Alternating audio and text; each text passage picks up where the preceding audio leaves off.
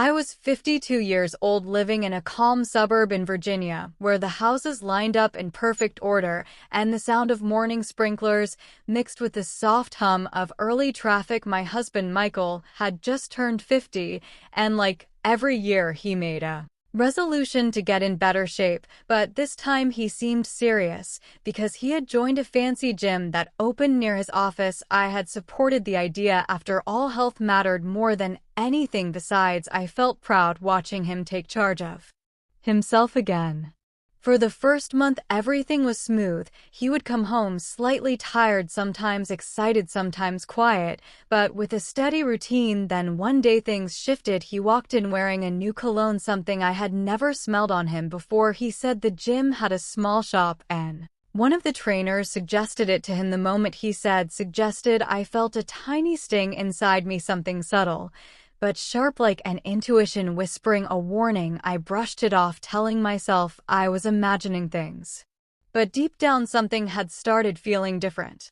The next morning, Michael left early, saying he had a personal training session with his new trainer, a young, energetic woman named Riley, who he said was motivating and had great tips. I smiled and wished him luck, but the moment the door closed, I stood still in the hallway, listening to the quiet house, trying to shake off the uneasiness that had begun settling like dust around me. By the end of the week, he was spending more time at the gym, sometimes 2 hours, sometimes 3. I had asked him jokingly if he was training for a marathon, and he laughed nervously, telling me Riley pushed him hard because she believed he had potential for what he did not specify, and I did not ask, even though I felt the question burning in my throat. One evening, he came home later than usual, shirt damp from sweat, hair messy, breathing heavy, and smiling in a way I had not seen in a while. When I asked how his workout went, he said, "Amazing. Riley says I am in incredible form for my age. She likes working with clients who stay committed." That sentence echoed in my ears like it carried a double meaning. I cooked dinner as he showered, and I kept telling myself maybe I was reading too much into it, maybe I was just insecure, maybe age was finally catching up to me. But then I remembered all the times I had held our home together during ups and downs, how I had supported him through his job changes, his family problems, his health scares. I knew my worth, I knew my strength, yet something about Riley troubled me. The next Sunday, Michael said he had a morning session and asked me if I wanted to join him at the gym for a tour. He said Riley loves meeting spouses. She is very friendly. I agreed, pretending everything was normal, but inside I was preparing myself for something, instinctively knowing I was about to witness the truth unfold in its raw shape. We walked into the gym, and it smelled like sweat, rubber, and cold air conditioning. The moment we stepped inside, I saw her, Riley, a young woman, probably in her late 20s, tall, athletic, shiny ponytail, bright leggings, and a tank top that looked more like a statement than workout, where she saw Michael first, and her eyes lit up in a way that made my chest tighten slightly. I kept my posture straight, shoulders lifted, chin high. She walked to us, swaying confidently, and placed her hand on Michael's arm for a second too long, greeting him with a wide smile. Then she turned to me, her eyes scanning me from head to toe like she was measuring my worth in seconds. I felt something in the air shift, a silent challenge, a hidden smirk behind her polite smile. "You must be Michael's wife," she said, her tone sweet, but somewhere underneath it held a slick undertone I could sense. She looked at me as if she expected me to shrink or apologize for being 52. I smiled warmly instead and extended my hand, because I had learned long ago that real power comes quietly and calmly. "Yes, I am his wife," I said, and her eyes flickered for just a moment, like the words had landed somewhere she did not expect. She showed us around the gym, explaining the equipment while casually placing her hand on Michael's shoulder every now and then, laughing at his small comments and leaning toward him slightly as if I was invisible. I did not react. I just watched, carefully, quiet, like a storm forming behind clear skies. At one point she said, "Michael is one of my best clients. He is strong, dedicated, and surprisingly fit for his age." The emphasis she put on "surprisingly fit" felt like a softly delivered insult directed at me indirectly. I smiled again, refusing to give her the satisfaction of any reaction. After the tour, I thanked her for showing us around, and she smiled as if she owned the place and maybe even my husband if she had any intentions. They were no longer subtle. I could see the spark in her eyes, the confidence of a woman who thought she could take anything she wanted, especially from an older woman like me. When we reached the parking lot, I looked at Michael and asked casually, "She seems very close to her clients, don't you think?" He brushed my question off, saying she is just enthusiastic about her job, but I could tell there was something he did not want to discuss.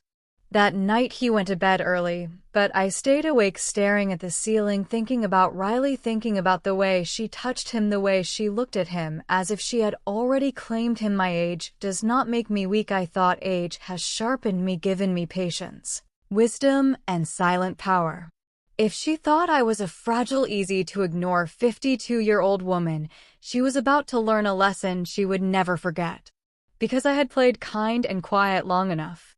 Now it was my turn. The next morning, I woke up before Michael and sat on the edge of the bed, thinking calmly, letting every feeling settle into place like pieces of a puzzle. I was not angry, not insecure, not shaken. I was focused. My instincts were awake, and they were never wrong. I had learned over time that when a woman in her 50s senses danger or disrespect, it is not paranoia, it is experience whispering truth.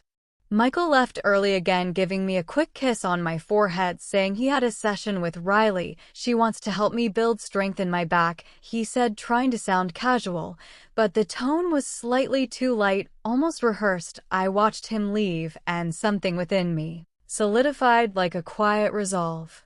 I cleaned the kitchen, prepared tea, sat by the window, and watched the street wake up, the slow sunrise stretching across the houses. The world outside looked peaceful, but inside me a plan was forming, not out of jealousy, but out of certainty that someone was trying to cross a line I had drawn long ago.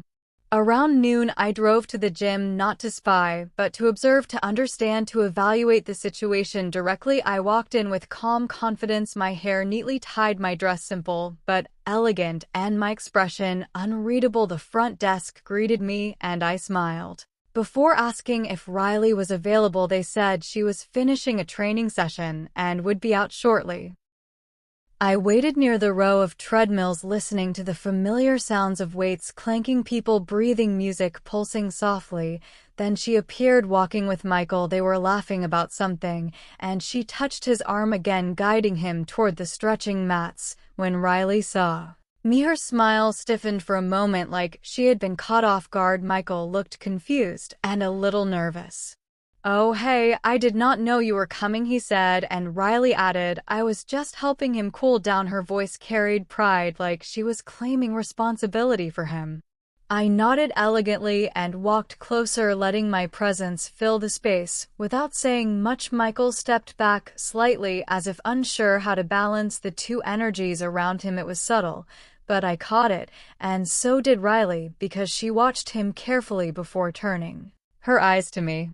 "I wanted to see how his training was going," I said, with a gentle tone that hid everything I actually meant. Riley gave a thin smile, as if pretending she believed me. My eyes watched her posture, the angle of her shoulders, the way she tilted her chin slightly upward, all signs of a woman who had underestimated her opponent.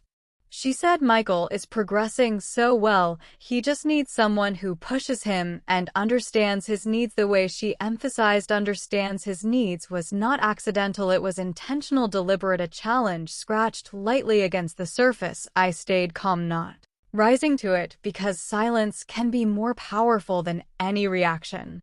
Michael looked between us, sensing something he could not name. The tension was not loud, but it was real, and even he felt it. He excused himself, saying he needed to shower, and I waited as Riley approached me with a curious expression, her smile fading a little.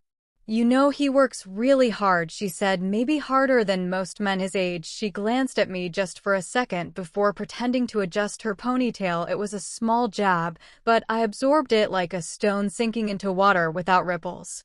I responded softly, "Yes, he does, and he has always been committed. He does not need anyone to remind him of his worth." Her eyes narrowed for a brief moment, and then she masked it with another forced smile. I could see clearly now she was not just confident, she was bold. Enough to assume she had leverage over my husband. That assumption told me everything I needed to know. A woman like her does not flirt by accident. She tests boundaries, then she pushes, then she invades, and she believed I was too old or too blind to see it. When Michael returned, we left the gym together. He looked uncomfortable on the drive home, silent for most of the ride. I allowed the silence to stretch, giving him space he clearly needed, but also letting him feel the weight of reality. He must have sensed something shifting because he kept glancing at me nervously.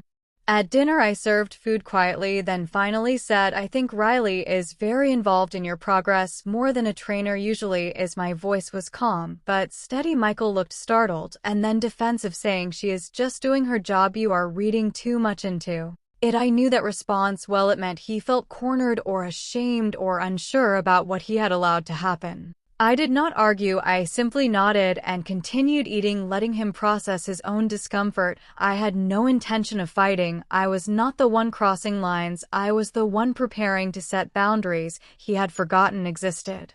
Later that night, when he was asleep, I stood by the window again, thinking deeply. The moon cast a soft glow over the backyard, and I let its quietness fill me. I knew the next step was not confrontation, but strategy, because if Riley thought she could sneak into my marriage through charm and youth, she was about to meet a force she had not calculated.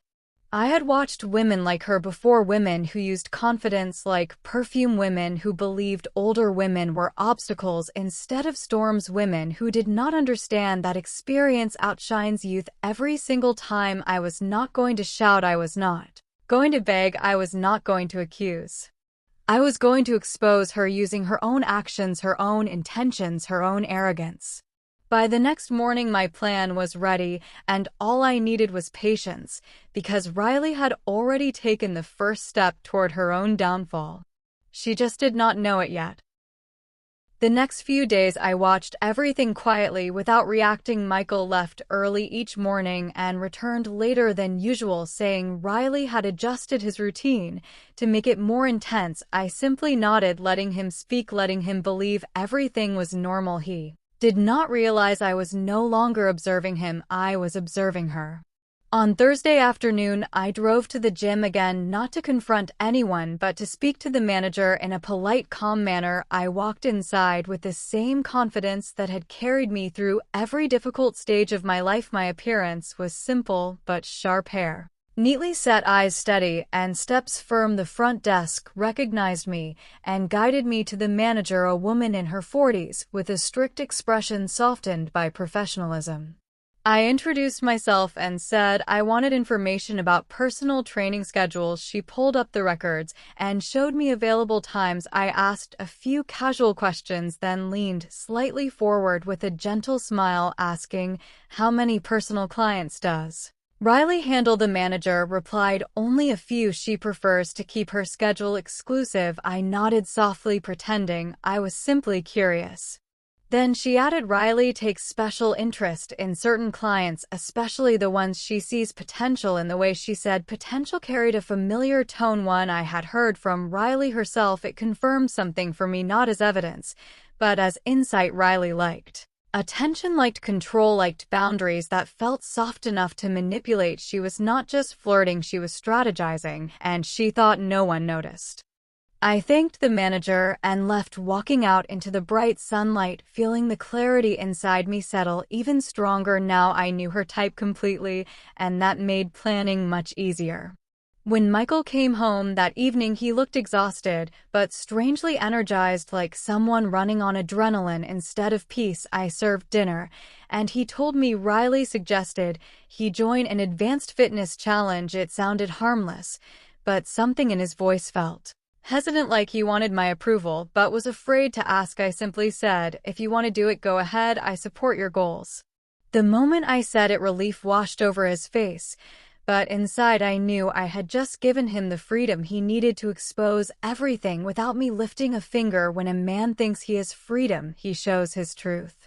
The next morning, I decided to visit the gym again, but not inside. Instead, I stayed in my car parked across the street, drinking my coffee quietly, watching people come and go. I did not expect to see anything, but sometimes the universe aligns perfectly. The Moment I lifted my cup to my lips, I saw Riley step out of the front doors in bright leggings, ponytail bouncing, walking confidently toward a sleek car parked near the side entrance. Seconds later, Michael walked out behind her, not touching her, not saying anything inappropriate, but the energy between them was unmistakable. It was subtle yet clear, the kind of subtle where a woman knows even if no one else around does. I watched Riley lean toward him slightly as she spoke, and the angle of her body told me more than words ever could. I did not feel anger, I felt confirmation, and that was far more powerful. For a moment, I leaned back in my seat, took a long, slow breath, and smiled, not because he was slipping away, but because Riley was walking herself deeper into a trap she had created without realizing I was watching every step. Later that afternoon, I baked cookies, something I did not often do anymore, but today felt like the right time. When Michael came home, he looked surprised, the kitchen smelling warm, sweet, and inviting. He kissed me on the cheek and said he had a good day. I told him I was glad and offered him a cookie. He took one, smiled, and went upstairs to shower, unaware of the storm forming behind my calm eyes. After dinner, he sat watching TV, but I sat beside him with my laptop, quietly searching something specific. I looked up memberships at different gyms in the area and even reached out to one of their senior trainers requesting a consultation for older women seeking strength and balance. He replied quickly, offering a free assessment. That was step 1. Step 2 was even simpler. I took out my planner and wrote Saturday morning gym visit, not Michael's gym, a different one far across town where no one would connect anything to him. This was not about jealousy. This was about reclaiming space, reclaiming dignity, reclaiming control in the most elegant way possible. Riley thought my age made me invisible, but she forgot age also gives strategy, patience, and timing, and now I was timing everything perfectly without raising suspicion, without creating noise, without letting emotions overpower intelligence. The next morning, I woke up earlier than usual, dressed in clean gym wear, and told Michael I planned to start working out too. He looked shocked, then uncomfortable, then confused, and finally said, "That is great, I am proud of you." His voice sounded genuine, but his eyes flickered with something else, something like fear or guilt, or maybe both. I walked out the door with a smile, and he had no idea what was coming next, because I was not just joining a gym, I was stepping into my own power again, and this time I was not going to let anyone disrespect my marriage, my age, or my presence. Riley had started a game she thought she understood, but she had no idea I knew every move she was planning long before she took it. And now it was my turn to step forward. Slowly, calmly, smartly. Saturday morning arrived with a soft golden sunrise stretching through the curtains and filling the room with calm warmth. I dressed in my new workout clothes, simple black leggings, and a fitted top that hugged my body just enough to remind me I was still strong, still present. Still me. I tied my hair neatly, slipped on my shoes, and stood in front of the mirror for a moment, looking at myself not with insecurity, but with a quiet, powerful acceptance. Age had not weakened me, age had refined me, polished me, sharpened me, and today I was stepping into that truth fully. I left the house before Michael woke up, driving across town to the new gym, the one that had responded quickly and professionally. The building was spacious, clean, modern, filled with people of all ages, moving with purpose. I walked inside, shoulders straight, confidence calm and steady. The senior trainer, a woman named Valerie, greeted me immediately. She was in her 50s, too strong, elegant, poised with an energy that felt grounded, the kind of woman who understood life deeply. She shook my hand and said, "You have a powerful presence, I can see that." Already it made me smile because it felt like the universe reminding me who I truly was. Valerie guided me through various routines, teaching me strength, balance, core work, breathing, and posture. She did not talk down to me. She did not overpraise. She treated me like a woman with potential, discipline, and dignity, something Riley never understood or respected. By the end of the session, I felt something awakening inside me, something steady and fierce, a version of myself I had not visited in years. And while this was for my own well-being, I also knew it was part of the larger battle unfolding around me, a battle Riley had unknowingly started. I left the gym feeling lighter, stronger, calmer. As I drove home, my mind sharpened around the next step, not confrontation, but clarity. When I reached home, Michael was in the kitchen sipping coffee. He looked surprised seeing me walk in wearing gym clothes. Then he tried to hide it with a smile, saying, "Oh, you went early, good for you." His voice cracked just a little, and I caught it instantly. He was worried. Not about me. About whatever he was entangled in. That worry was my signal that I was moving in the right direction. That evening while he showered, I checked the laundry basket casually, and there it was, a faint new scent mixed into his shirt, not cologne this time, but something like a floral lotion, something unfamiliar, something not mine. I held the shirt between my fingers, breathing slowly, thinking deeply, then placed it back calmly without reacting. Evidence did not need to be dramatic, it only needed to be clear and quiet, and this was both. At dinner, Michael kept glancing at me like he wanted to confess something or hide something. He asked repeatedly how my new gym was, if I liked it, if I planned to go again tomorrow. His sudden interest felt forced, like he was trying to measure how much space I was giving him or how much I was taking back. I answered gently, "It was good, I liked it, I will go again." He nodded, but his jaw tightened and his fingers tapped the table, slightly restless. He was unraveling, even if he did not realize it. Later that night, as he slept, I sat by the window again, feeling the calm night breeze pass through the curtains, and I let my mind unfold my next step. I did not want to catch him cheating. I wanted to expose manipulation. I wanted to expose disrespect. I wanted Riley to face consequences for crossing lines that were never hers to touch. So on Monday morning, I woke early, made breakfast, packed Michael's lunch, placed it by the door, and kissed him goodbye like always. But this time there was something different in his eyes, something guilty, something uneasy. I watched him leave and waited 15 minutes before leaving myself. I did not go inside the gym. Instead, I parked across the street again, sipping iced coffee through a straw, watching the entrance. Without emotion, the sun was bright, the air warm, and within minutes I saw Riley arrive in her bright leggings, hair swinging, confident and proud. She was smiling at her phone, reading something, and that smile told me exactly who she was texting. Moments later, Michael arrived, and I watched the shift in her body language, the subtle lean, the soft smile, the spark in her eyes. He walked toward her, and she touched his arm lightly, guiding him inside again, just like before. But this time, I noticed her expression more clearly. It was not admiration, it was possession, and that was all I needed. I drove home without anger, without sadness, without fear, only clarity, because seeing them interact removed the last piece of doubt, and now everything was clear as glass. By afternoon, I was ready for the next move, the move that would change the entire situation without me raising my voice. Once I picked up my phone and called the gym manager, using the warmest, calmest voice I had learned to master. "Hello," I said. "I just needed to share a concern. I have noticed some extremely personal behavior between one of your trainers and my husband. I wanted to let you know privately before this affects your gym reputation." The manager froze for a moment, listening carefully, taking notes, her tone professional, apologetic, firm. She assured me she would monitor the situation herself personally, because client-trainer misconduct was taken seriously. After the call, I sat back on the couch, breathing slowly, feeling the power of controlled, calm action. I had not accused anyone, I had simply opened the door for truth to step into the light, and once truth enters, it cannot be pushed away. Michael had no idea this was coming. Riley had no idea her mask was already cracking. And I had no intention of stopping until everything was revealed. Quietly. Elegantly. Completely.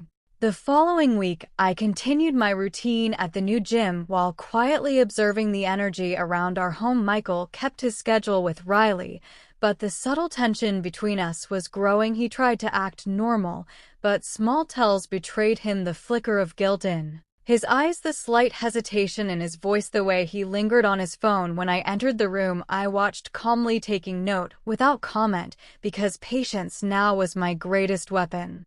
On Wednesday, I decided it was time for a small but powerful revelation. I called a close friend who had experience in counseling and discreetly explained the situation. My friend agreed to meet casually at a coffee shop that afternoon under the pretense of lunch, but she also promised to keep everything confidential. Her presence would strengthen my position without creating unnecessary conflict. We met at a quiet cafe a few blocks from my neighborhood. I explained everything calmly, the interactions I had witnessed, the subtle manipulations, the way Riley seemed to assume she could overstep boundaries because of my age. My friend listened carefully, nodding as I described each moment without exaggeration. She offered support, advice, and a plan to proceed with dignity while making sure Michael realized the gravity of his behavior.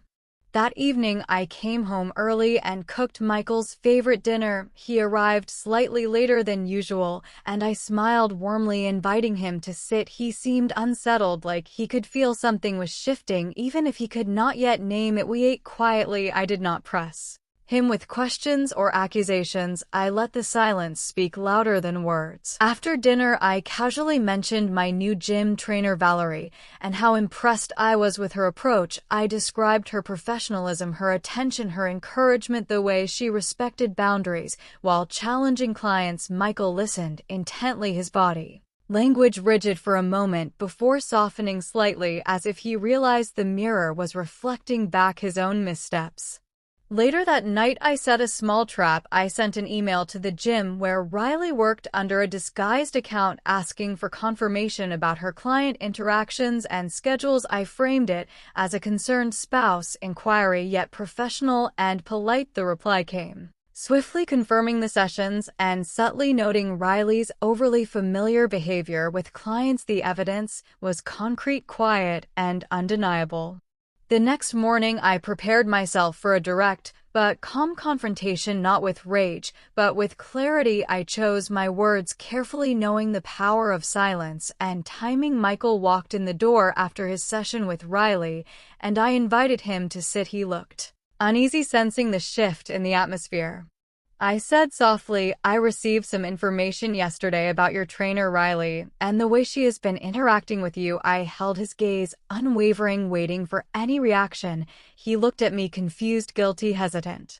I continued calmly, "You may not realize it, but her actions have been inappropriate for the boundaries of our marriage and our home." He opened his mouth to defend her. I interrupted with steady eyes, "You do not need to justify it, because the evidence speaks for itself." Michael sat silent, finally realizing that I had seen everything. I paused, letting the truth sink in, then said, "You need to decide now what is important, respect and commitment, or allowing manipulation and boundary crossing to continue." His face fell. He finally understood that his choices had consequences, and that I was no longer the woman to be taken for granted. By the time Riley called Michael later that day, she received a firm email from the gym manager reminding her of professional conduct guidelines and warning that any personal advances toward clients were unacceptable. The subtle but undeniable intervention left her shocked, embarrassed, and cautious. She had underestimated the strength of experience, patience, and strategic action. That evening, Michael came home humbled, apologetic, and reflective. He understood the lessons without me raising my voice, without drama, only calm clarity and the quiet force of a woman who knew her worth and her power. I listened calmly as he expressed regret for allowing the situation to unfold and reassured him that I expected honesty, commitment, and respect going forward. I forgave him, not because I had to, but because the lesson had been learned, and balance restored. The energy in our home shifted slowly back to normal, with a renewed respect and understanding between us. And as for Riley, she learned that arrogance, charm, and youth cannot overpower experience, wisdom, and quiet strength. She would remember the calm dignity of a 52-year-old woman who refused to be sidelined, ignored, or disrespected, and that lesson would follow her for a long time. I sat by the window that night, reflecting on everything, the moon casting its soft glow over our yard, and realized that power is not in anger, not in confrontation, but in clarity, patience, and strategy. When you know your worth and move deliberately, even the boldest threats crumble. I had won not through rage, but through intelligence, not through shouting, but through calm action, not through fear, but through unwavering self-respect.